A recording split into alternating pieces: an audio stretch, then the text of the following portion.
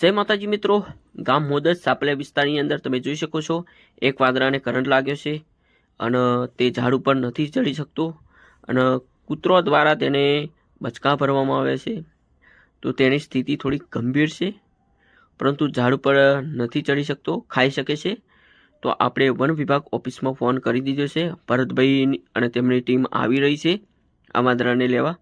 તો તમે જોઈ શકો છો કઈ રીતે ચાલે છે. અને મિત્રો ખાસ એવું જણાવવાનું કે અહીંયા જાગૃત વડીલ મિત્રો દ્વારા જાણવા મળ્યું કે આ વાંદરાને 2-3 કૂતરાઓએ પકડ્યો છે અને 2-3 વાર બચાવવામાં આવે છે.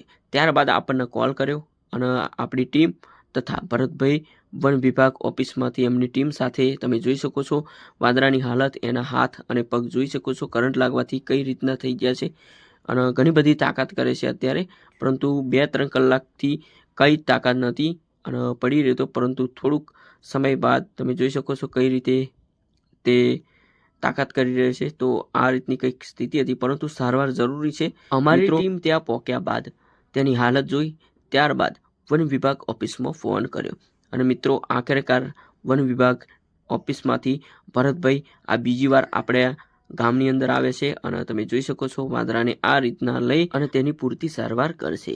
તો મિત્રો અમે તો લાઈવ જોયેલું જ છે કે કઈ રીતે એમની ટીમ સારવાર કરે છે. મિત્રો અબોલ પશુ પક્ષીનો જીવ બચાવો એ આપણી એક ફરજ છે. તો મિત્રો તમારી એરિયાની અંદર આ રીતનો કોઈ પણ બનાવ બને છે, ઘટના બને છે, તો પ્લીઝ તમે પણ એની મદદ કરી શકો છો. ફરીવાર એકવાર ભરતભાઈ અને તેમની ટીમનો ખૂબ ખૂબ આભાર. જય માતાજી, જય હિન્દ.